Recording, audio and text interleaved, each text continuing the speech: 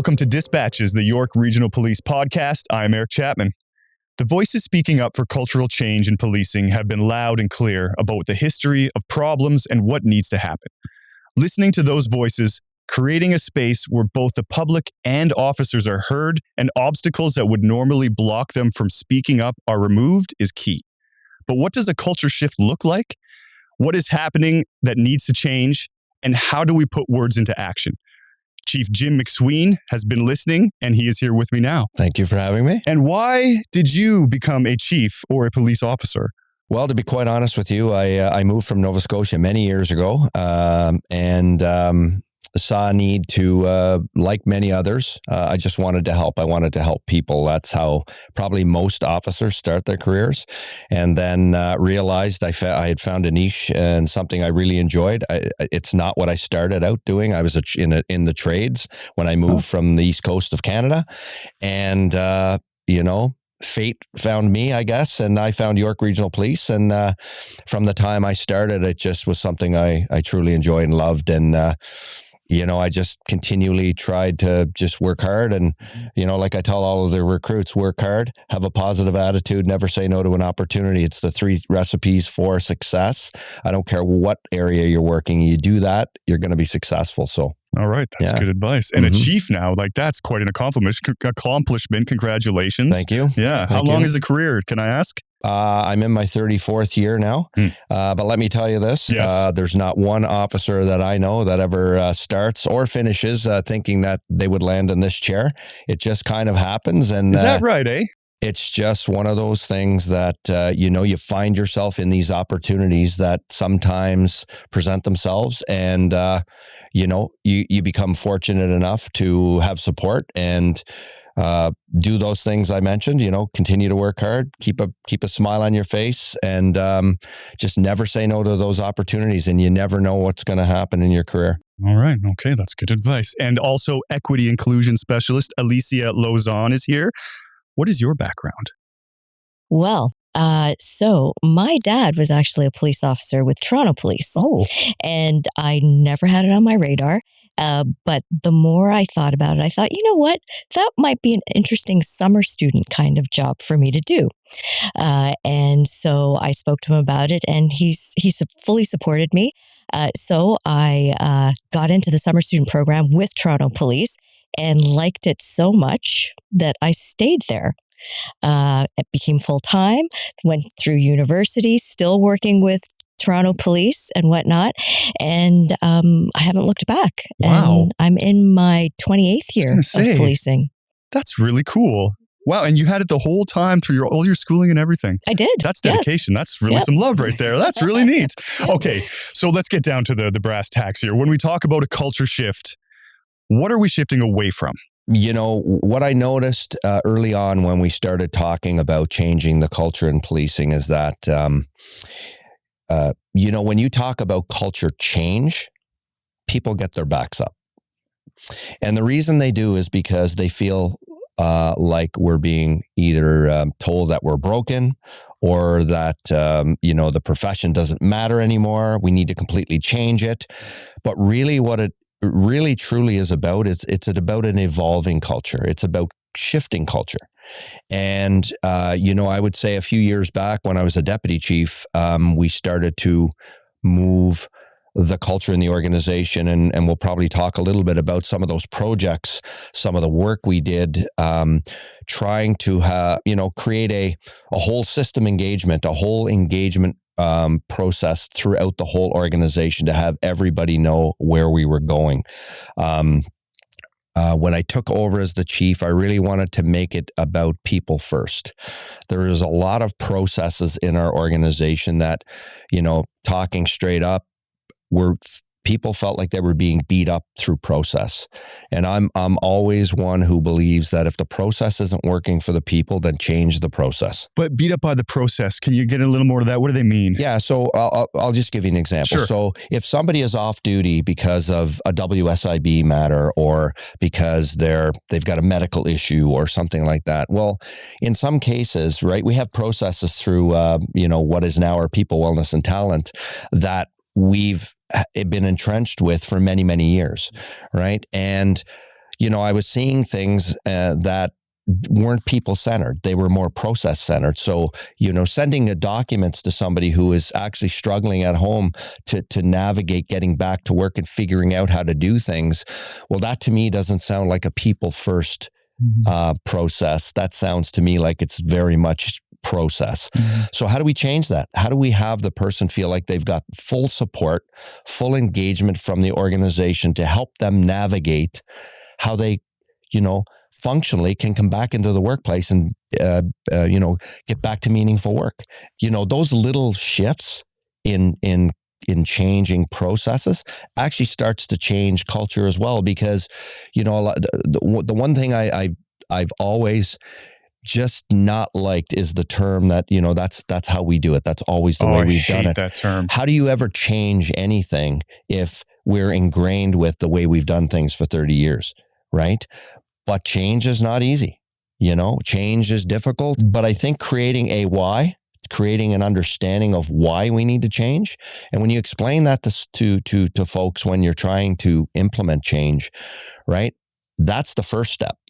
It shouldn't be, here's the change and tell you why later. It should be tell you why first. And then people can at least understand it. They may still not like it, but they understand it. And then you can start to really move the bar. You can really start to push forward and start implementation and start driving change, right? But it takes a whole organization to embrace it, and it takes a lot of heavy lifting. Well, how do you get a whole organization to get on board with it? I mean, it seems easy and everybody would, but change is difficult. I even find it fascinating how you just even using the word change and the word shift, like the effect that has on people is fascinating to me in the first place. But how do you get the whole service on board? Yeah, so one of the things we did, when we started this culture change project it's almost 4 years now, but about 3.5 years ago, we had a number of projects in the organization, right? And I'm a huge believer in building the organization from the bottom up and not from the top down, right? That seems different for policing. Yeah, I know. Because from the, chief start, what I mean? So please continue. Yeah, so all of these projects were member-driven projects. Right. So what better way to have somebody embrace change than have them create it? Right. What people would say they've hated over many years in policing is when they're dictated to through process, through policy. And, before you know it, change has got to happen because there's a new policy implemented, but nobody talked about it. Nobody communicated it. And in many of the projects that we worked on we had a wellness project, we had a modernization project for communications, we had an efficiencies project, we had an equity and inclusion project. Every one of them, we had over 100 members into the organization, frontline, civilian, sworn, doesn't matter where you came from. And it wasn't about rank. It was about who do we need on these projects that have the expertise to help us navigate the organization and bring these projects to an effective conclusion, right? And, when you engage the organization to that extent, people are... creating buy-in is easy to the project because they own it. Yeah. Right. So my job as a chief and as an executive command is just to create the environment and allow people to do the job. It's a safe space. Ideas are all on the table. And that traditionally is not how policing was 30 years ago. Because if you were new in policing 30 years ago, you weren't paid to have a new idea. You were paid to listen and speak when you were spoken to. That's right. That's 30 years ago. 30 years later, right, it's the other way around. It really truly is about inclusion. And, the best example I have of inclusion is those projects, right?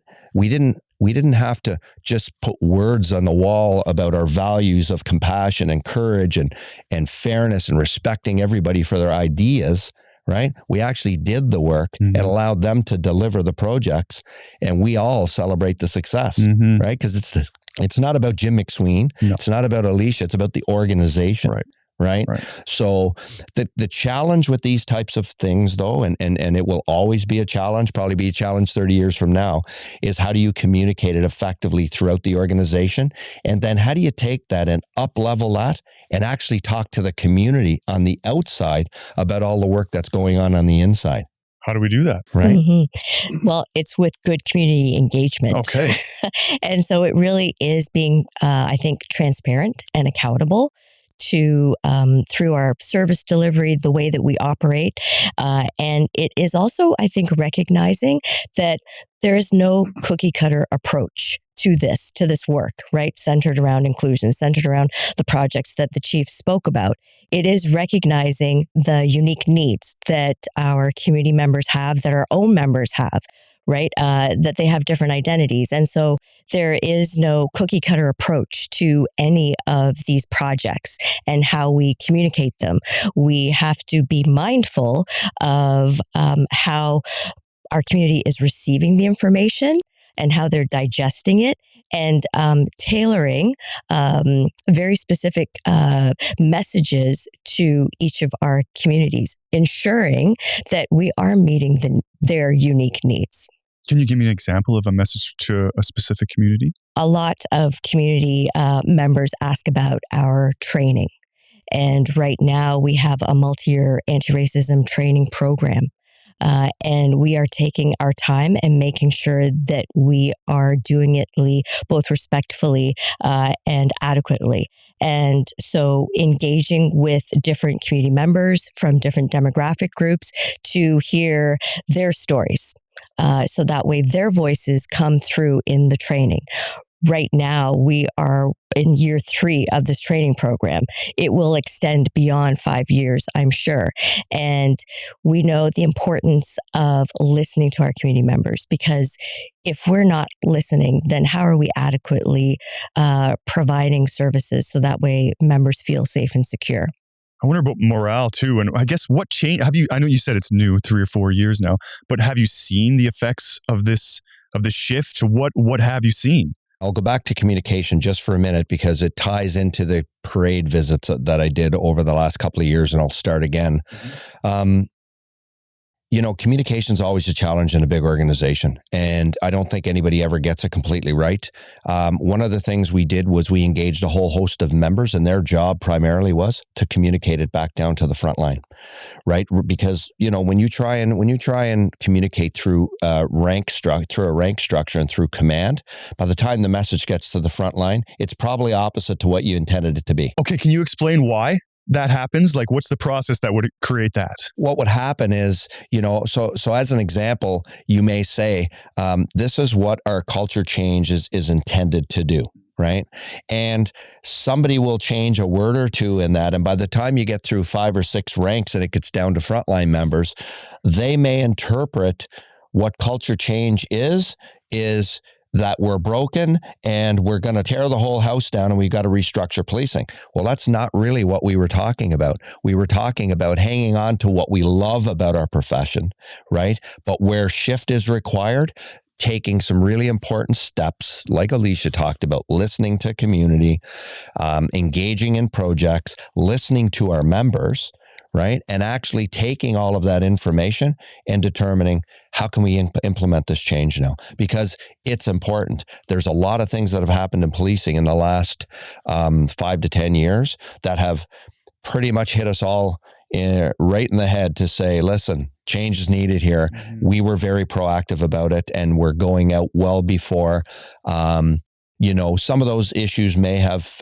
arose here at YRP, right? Mm-hmm. We're not perfect. We are an organization like anybody else. We have issues like anyone else.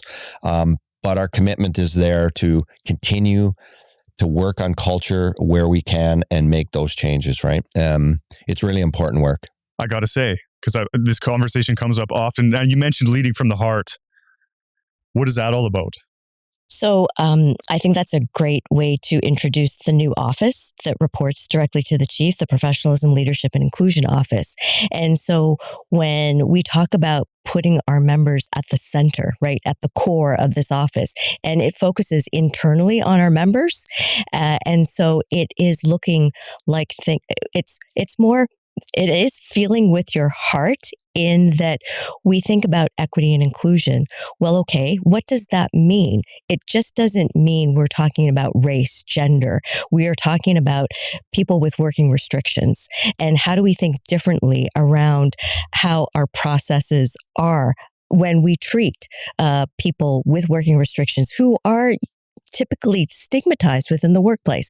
So how do we think with the heart? How do we treat them? As well as flexible working arrangements. So offering at the districts, our frontline officers, variable work shifts, so that way they can have that work-life balance. And that then leads to wellness. We want a healthy organization. We want people to come into the workplace feeling well, feeling included. So it's looking at various aspects of that we don't typically think of when we hear the word equity or inclusion. So it really is thinking differently. And also, with this new office reporting directly to the chief, it's setting the tone.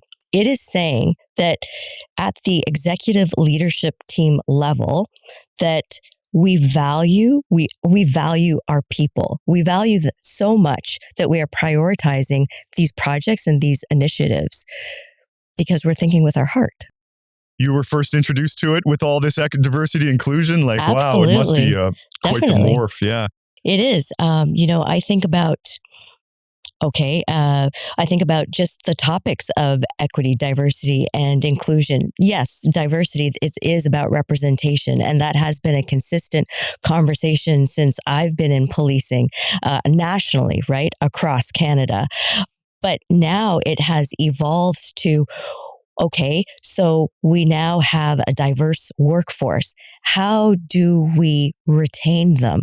How do we help them to feel included, that, they can bring their authentic selves into the workplace? So when we talk about, leading with the heart and whatnot, I think a lot of it also has to do with being very self-aware of who you are. So who I am as a leader, check myself. What assumptions do I make, etc. and whatnot. And it's that shift in mindset as well, that shift in attitude, behavior as to how I think about things. What might have been acceptable before in the workplace, it has evolved and it has changed, and we recognize that. So when we talk about breakthrough projects, we talk about the Inclusive Policing Action Plan, the Racial Equity Action Plan. That is an evolution of us saying we recognize that we need to change, and we have changed because the community is telling us so, and so are our members. So it would do us a disservice if we didn't listen, and it really does start with the self. You mentioned some plans, or what? Can you give an example of what those were? So our Inclusive Policing Action Plan actually wrapped up this year. So some people may not know, but the York Regional Police Services Board directs our service to implement a strategic plan that considers employment, service delivery, training and education, and communications. And so when we talk about inclusive policing, we are talking about providing our members with adequate skills through training and education. We look at our employment practices and processes to make sure that they are fair and equitable.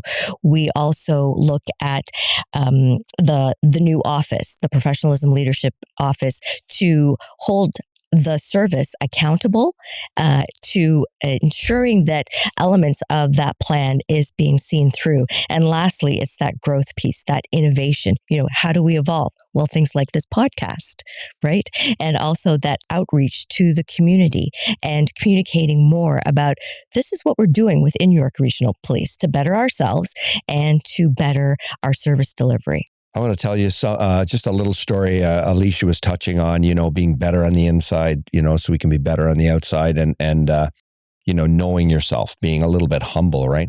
That is different than when it was 30 years ago, right? 30 years ago, the chief never made a mistake because you were the chief, right? Or not that you might admit it, right? And admitting it 30 years ago was a sign of weakness. Well, I look at it the other way around. I think it's a sign of strength, right? And I'll tell you a funny story about this. It's actually a really funny story. It goes back to my visits to the parades, right? So I remember, we are steeped in tradition with policing. It's a profession that's been around for hundreds of years. And I told all the frontline members, as long as I'm here as the chief of police, we will never wear baseball caps. right? Yeah. So I worked with the union, Yeah. York Regional Police Association. They did their own survey, came back and said, very high percentage of the officers would like to wear baseball caps. And so I ate my words. A year later, I went back out to the organization and we had an email. I drafted it. I sent it out to the whole organization. And I said, you would have heard me on all of my parade visits, visiting over 600 officers, tell you that, I am traditionalist to an extent, and the forage cap means a lot to me and to the organization and to the profession, but I changed my mind. Well, the impact of that email, I had officers send emails back saying, that is the most refreshing thing in my time here in 25 years I've ever heard from a chief of police. But it wasn't really it wasn't trying to gain points. It was just, this is the truth. Yeah. I changed my mind. You guys are the ones that want it. You are the ones that are wearing it. So guess what? We're going to change and we're going to give you the ball caps. So we gave them the ball caps, right? And it's just a funny story, but reality is that's culture change. That's it. That is culture change. It's the little things like that. That's right. And take it from the word change to shift. Yeah. That little thing. Yeah, because and it makes there's things difference. we love. Yeah. The teamwork element of policing is absolutely, I love that, right? Because we learn a lot from each other. We are better together, like all of those good things, right? There's a lot of pieces of policing that in the culture of policing and command and control, you need that from time to time. Yeah, sure. Right? I was a critical incident commander for 5 years. So, we don't have time to talk about the why when we're in the middle of a hostage negotiation, right? So there's times when you need it. So there's pieces of culture that we absolutely anchor ourselves to and are required. But there's things that need to change as well. And that's really what we're talking about here today is really how do we continue to work like that, right? Yeah, and make those changes. Well, what's next? How do we continue to make those changes? We have to really continue to work on the professionalism, leadership, and inclusion office, staff it appropriately, get it up and functioning so we can now take what we've learned over the past 3 years, continue to stand up projects that are people-based and have the people implement those projects. Even the members that are in the office now, and Alicia can attest to this, I've seconded all those members in there with the exception. Alicia's a full-time member. I've got a superintendent in there, and pretty much every other officer and civilian in there is seconded in from other areas of the organization, and we're going to continually staff that area so we can take what we've learned from individual projects, right? So what we've learned from processes and the whole people culture of the organization, and we're going to house it in that one central place and then carry it forward. And then we're going to communicate the heck out of it because we have to tell everybody what we're doing, right? And no matter what you do, you can talk, you can put it on a website, you can talk, you can do podcasts, right? And people will still say, I still haven't got enough, right? So it's all about communicating it, doing it, and continuing to move the organization forward, right? Mm-hmm. Yeah. I think you mentioned it there, the board. You don't have a union for the York Regional Police, do you? You do? Yes, we do. Yes. Okay. What is the board that you work with? It's the Police Services Board. Yes. So they are a member made up of provincial appointments as well as regional appointments. And so they are the governance with York Regional Police. Okay. So they're the governing side. With York Regional Police, we are the operational side. So think of them as a board of directors. Okay. And do you work closely with them on all this stuff? And I do. Yeah, you do. Yeah. I mean, I report directly to the board. Okay. Myself and the deputy chiefs.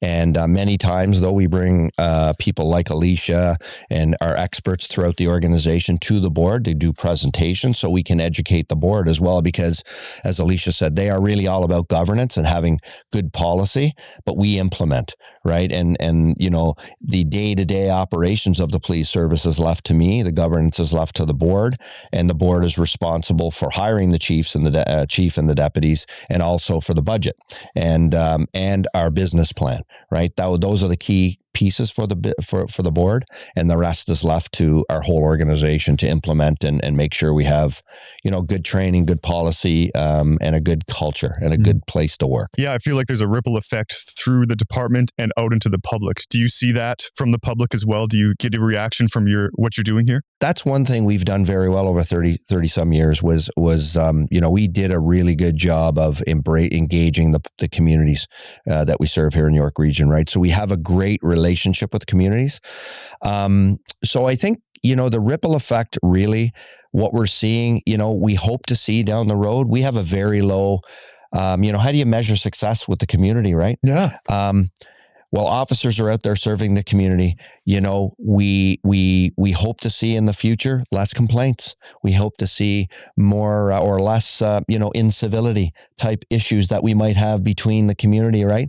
We're not there yet, but we have a very low issue with the community as it stands now. Anyways, what I think is going to benefit us quite substantially is as we talk to the community more about some of these interesting projects that we have implemented here. As an example, the Nova project, it was called Project Nova. It was an efficiencies project, right? And we were able to demonstrate to the community we saved $1 million. Oh, people love that. Just by changing some processes, we saved $1 million of police time. So what does that do? We just gave $1 million of police time back to the officers at the front line so they could actually do more policing, more public safety, be more visible, right? So when you talk to the community about that, they're like, you guys, and we are, for any police service serving over 1 million people, cost per capita, we're the cheapest in the country. Really? Yes.